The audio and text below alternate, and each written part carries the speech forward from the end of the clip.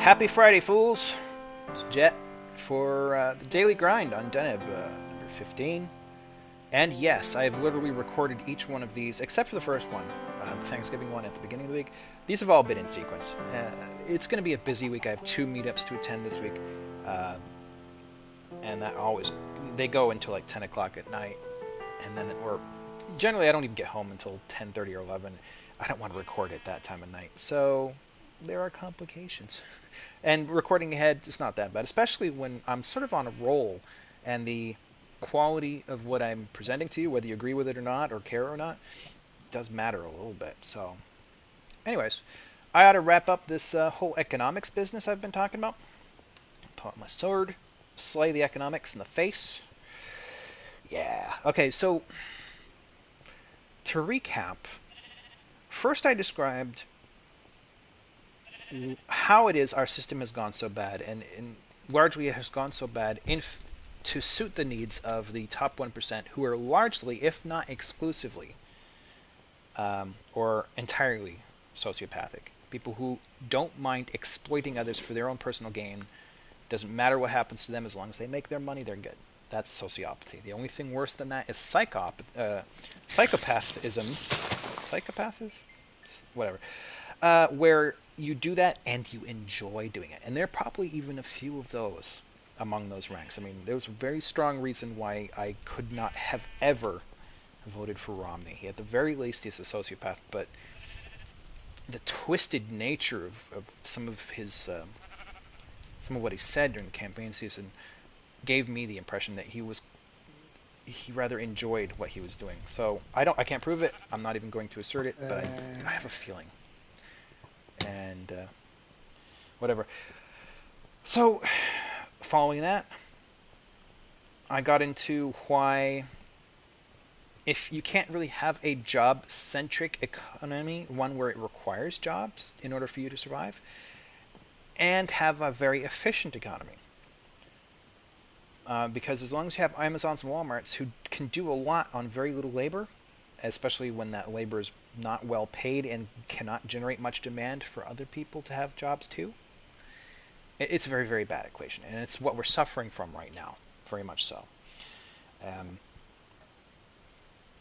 And so that led into yesterday's episode where I sort of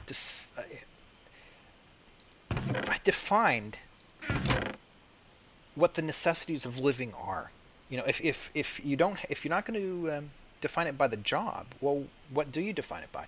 And it should be defined, frankly, by what people need to actually live. And it's not money. People do not need money to live. They need what money gets them. So essentially, money is a fiction we have all agreed to. And as long as we all agree to it, it works. I'm not even necessarily going to say we should get rid of it. We could get rid of it. That might also work. But what I'm going to finish off the week with today in this economics, 6? Oh, I can sleep. I forgot. The server is definitely winding.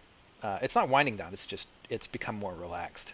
Oplex still plays a lot. I haven't seen Calixstar in a few days. Caffeine and I have been playing roughly around the time that we have to talk to one another in the afternoon. Or my afternoon, her evening. But anyways, not to get too distracted. I had to bring these with me.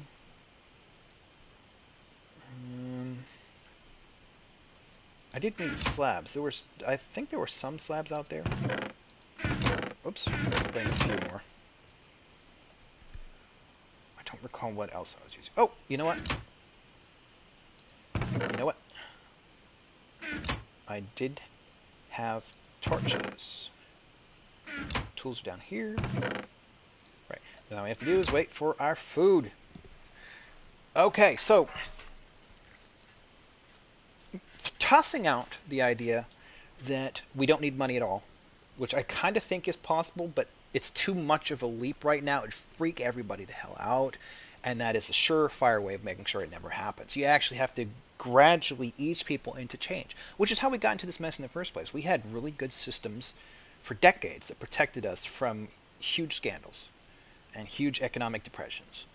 And then it slowly one little piece at a time got torn off, and then Reagan got in and popularized the whole idea of trickle down economics, which absolutely broke everything, absolutely wrecked it. And from caffeine's perspective, or right at the same time, Thatcher did almost exactly the same thing.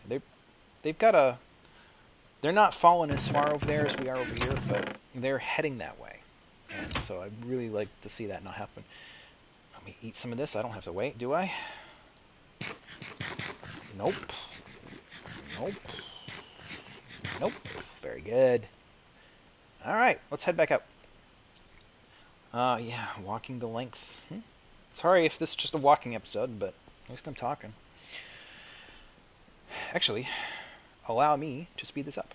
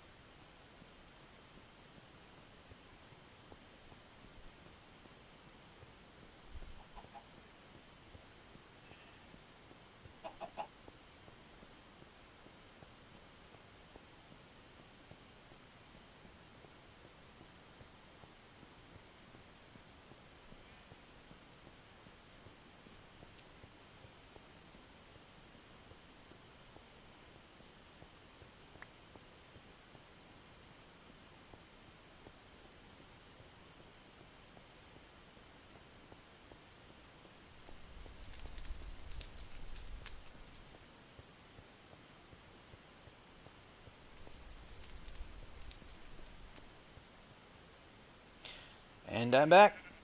Well, I've been here all like whatever. So yeah,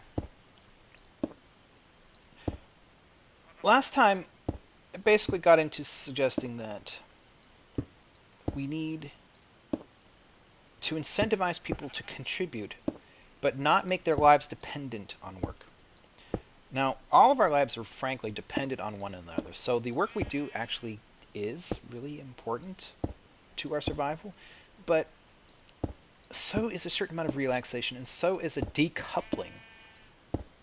Um, right now, like, for example, we have this problem in the United States where the cost of medical education is so high that we only produce specialists. And then you get to scenarios where, yes, other countries are sending people here to get treatment, and the conservatives, in air quotes because they are anything but, who claim, well, we have the best medical system in the world, ignoring the fact that we have the one of the worst medical payment systems in the world. We have some very good doctors, but when they'll say, well, why then are people from Canada coming down here? Oh, yes, okay, good, coming down here to get treatment. Well, they're coming down here to get treatment because we have some good doctors and some good facilities. But when our own people can't afford to use them, there is an error in your logic. And when they do come down to get a specialist treatment of something, their own system pays for it. So, it's a facetious argument. But the point being, I think that they're doing that because they can't afford not to. You can't be a general practitioner, which is something we do not have enough people doing. We do not have enough nurses. We do not have enough general practitioner, like, sort of town doctors because they can't afford it anymore. The cost of getting that education is too high, and the payout for those jobs too low for them to ever really survive that way. They might maybe, after having been a specialist for such and such a long time and have made their money back and stuff, maybe they'll like retire to a small town doctor. I don't know. If they really care, they might. But it's the incentives are on the wrong place because of our death-defying need to have a good-paying job in an economy that is getting rid of good-paying jobs. So the hybrid idea that I have is, let's make sure that people's needs are taken care of. But if they want the sort of luxuries of life that they have sort of gotten used to on the backs of the golden age, they grew up with parents like myself who, my parents weren't well-to-do to begin with, but they were able to work hard and become modestly, all right. They made it. And I'm making it because of the opportunities granted to me by that scenario. Okay? But there are a lot of people out there who are not making it, and there's no good reason for it. I'm going to have to cut all this out later, this stuff, but for now it's kind of convenient. I ought to be taking those leaves with me rather than destroying them, but whatever. It looks like I will be reaching a far end here soon. I came sooner than I thought. Very good. Anyways, somehow I'm dodging the topic. Hybrid. What I'm suggesting, I'll just say it flat out. What I'm suggesting is food, shelter, free time, social places to meet up with other people. These are freebies. Now, they might not, it might be basic food like grains and rice and, healthy, solid, good food that might be a little on the boring side.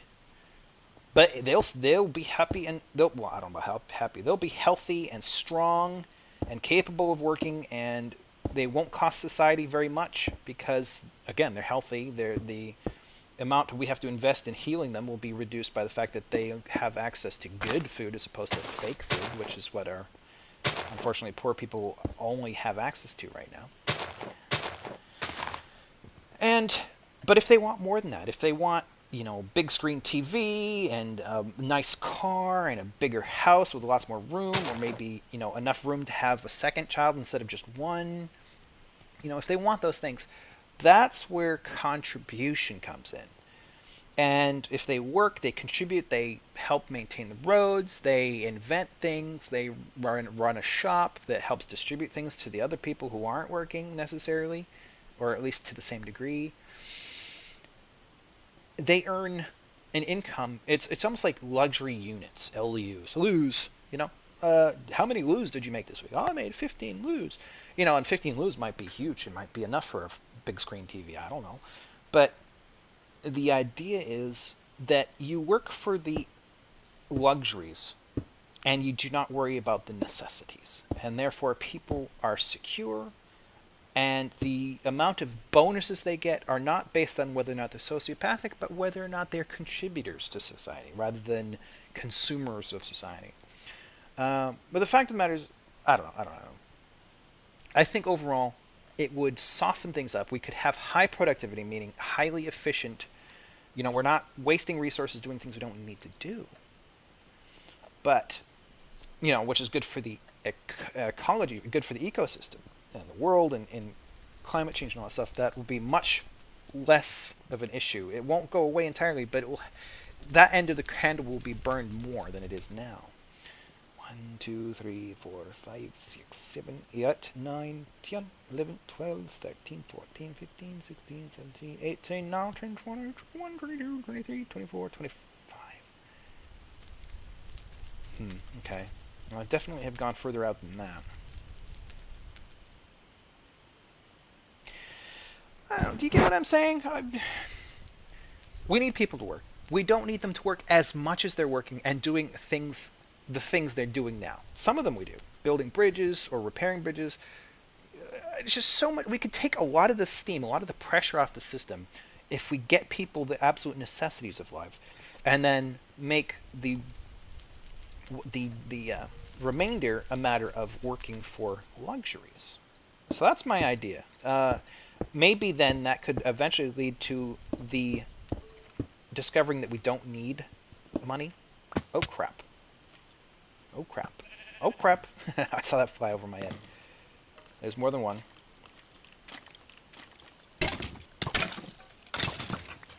Oh jeez. Oh jeez. Alright. Alright. Yep. Okay, so there you go. That's enough for economics for maybe a few months. Oh look, I've been here before. Oh! I'm not sticking around for that. Alright, thanks for watching. It's Friday, so have a good weekend. Think about what I said. Maybe we can actually figure out how to make this happen. At the very least, a state somewhere should be able to, state, a nation, a community should be able to take that experiment on and see how it works. Unfortunately, I'm sure the way things are now, with preferring the sociopaths over the people, that anybody who tried would be sued. Oh, that's unfair competition. They're doing that right now. Like there are a few towns that have created their own broadband. They're sick of being jerked around by the oligopolies, the sort of legal monopolies amongst media bandwidth, sort of Coxes and Comcasts and AT&Ts and stuff like that. They're sick of it, and they made their own, and it's better than the commercial versions, and it costs so much less, which is essentially what I'm getting at with economics as a whole. And so, of course, the big companies are like, hey, that's not fair, and they start suing these towns. And some of them have successfully defended themselves, and some of the towns, that is, and some of them have lost and have been forced to tear stuff out, I think. It's a travesty. It shouldn't happen. Anyways, that's enough. All right, please have a good weekend, and please come again next week. Thank you.